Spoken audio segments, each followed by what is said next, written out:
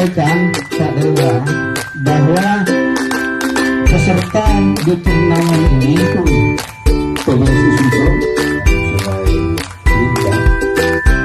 para peserta turnamen bukan kalah menangnya, yang penting silaturahmi sekelurahan Sungai Lincah ini dengan sama-sama membaca lafaz basmalah. Bismillahirrahmanirrahim.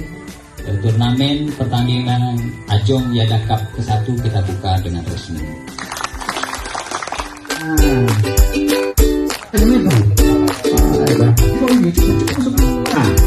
Satu, tiga, satu.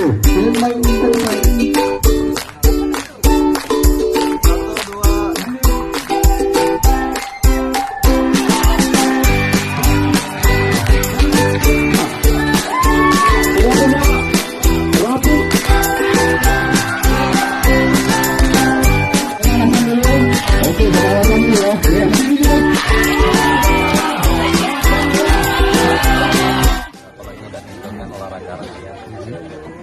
Turnamen ini adalah turnamen paling tidak dicari di Blitar. Di samping menjalin keluargaan juga hubungan silaturahmi antar warga pasca COVID-19. Hari itu kita berikan apresiasi yang baik saya sebagai sekretaris daerah maupun sebagai ketua umum PDIP. Itu poin penting pada sebuah normal ini.